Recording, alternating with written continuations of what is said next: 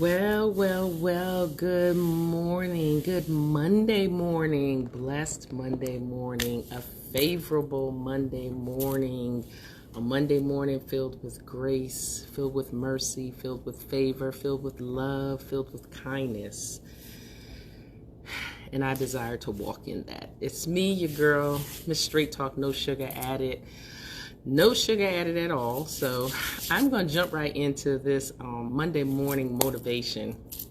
And I thought of this as I was reading a devotion this morning, and it was talking about darkness.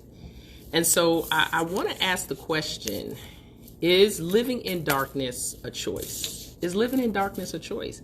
Now, we do understand, we were given choices. That's one thing that God gave us. He gave it to us because of the choice that was made in the garden. So now that we decide that we want to not trust and attempt to live outside of his will, he gives us a choice to make the decisions of right or wrong, good and evil, love and hate, Democrat or Republican. I had to make light of that. But anyway, it gives us a choice. And so is living in darkness a choice?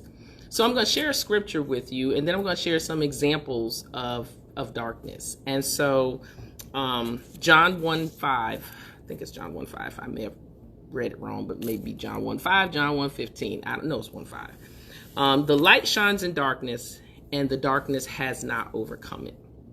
And I know that we've heard, especially if you have grown up in the church life, spiritual life, religious, whatever, however you want to label it, we always talk about we are the light, we are the light. And we are the light, because when you present yourself to someone and you give them something that changes their trajectory or their perspective, and life seems full of hope, you have been the light to that person. Whenever, I come on and I give the perspectives that I give, then they're not always favorable. People don't always like them, but I don't really try to sugarcoat anything. I just give it to you the way it's given to me, and you can process it however. So the light shines in darkness, and darkness has not overcome it. So here are some examples of darkness, because I think a lot of times, and I really hate to belabor this when I do talk about this, but the religious, and there's a difference, between religious and spiritual. When the religious people, want to talk about darkness, they want to always refer it to sin of what someone is doing, what they see in their natural eye or with their natural mind of knowing about someone else's life and what they're doing. And you want to say you're living in darkness, you got to come to the light. And they feel like coming into the path that they're in or on represents light to that person. Whereas it may be light, but it may not be light for that person. That's why it's so important for us to remain consistent in the principles of God.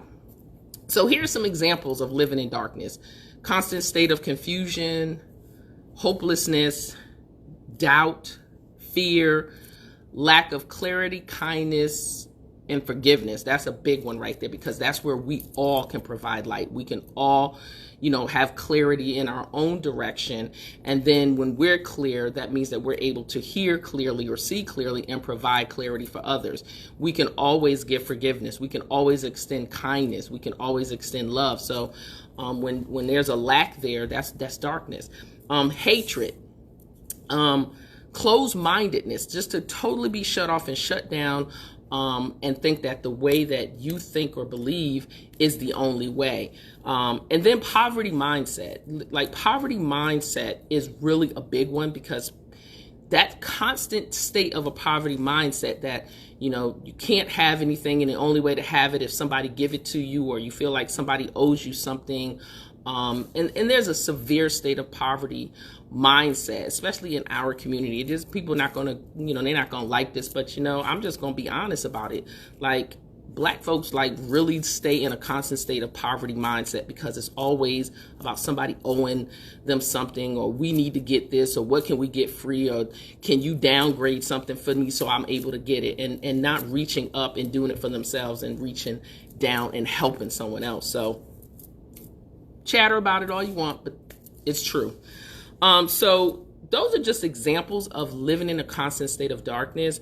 And so if you find yourself, and there are sometimes that I find myself in a couple of these, feeling hopeless, having doubt, in order to provide that light that I need in my own life, is that I have to gain clarity. Anywhere that there seems to be a muddle and it's very cloudy, I have to seek direction and say, you know what, where do I need to get clear? What do I need to be clear on? And once you kind of can gain some clarity, then all of these other things, that the clouds will part on those, because then you're able to, kind of receive direction. Just think about, when you think about clarity, just think about if you've ever sat in New York, LA, Washington, DC traffic at a standstill, and all you see are just mounds of cars up ahead. You can see part of the lane, but there's no clear path for you to get through. There's no clear path for you to get to the destination that you're attempting to reach. And once things start moving and the traffic breaks or lanes open, or people figure out, because really people are just rubbernecking and just being nosy. Once everyone else gains clarity, then it sets a path for you. So who is around you that's causing this darkness to occur? Who is around you that is not allowing clarity to be your path? So when I ask the question, is darkness a choice? Sometimes we just sit in something because we feel that's the only way to be. We feel like that is how our life is. Well, this is the one I can't stand. Well, this is what the Lord wants for me. Then why did he talk about abundance? Why does he talk about greatness? Why does he talk about prosperity? Like, you can't keep having that kind of mindset. That is a form of darkness. And so I just wanted to kind of share this perspective on darkness so that we can I wanted to make it relatable to the things that we experience and encounter on a day-to-day basis. So as I stated, confusion, hopelessness, doubt, lack of clarity, kindness, and forgiveness, lack of love, when you have hatred, closed-mindedness, and a poverty mindset, those are forms of darkness. And so I encourage you today that if there is a dark area in your life, that whether I presented it in this video or something I said clicked for you, just ask yourself, what does living in the light mean to me? And when you can answer that question, then you should be able to overcome the darkness. As it says, the light shines in the darkness, and the darkness has not overcome it. So once you know, and once you can get through, and once you can push through and get out of that and see, the darkness cannot overcome. Now, I'm not saying that there won't be other dark moments, but when you gather those tools on how to push through darkness, then you don't have to live there. So I ask again, is living in darkness a choice? This has been a Monday motivation for you. They probably had you get a little toot about it, and you probably said, who the hell she thinks she is? Yeah, I cussed.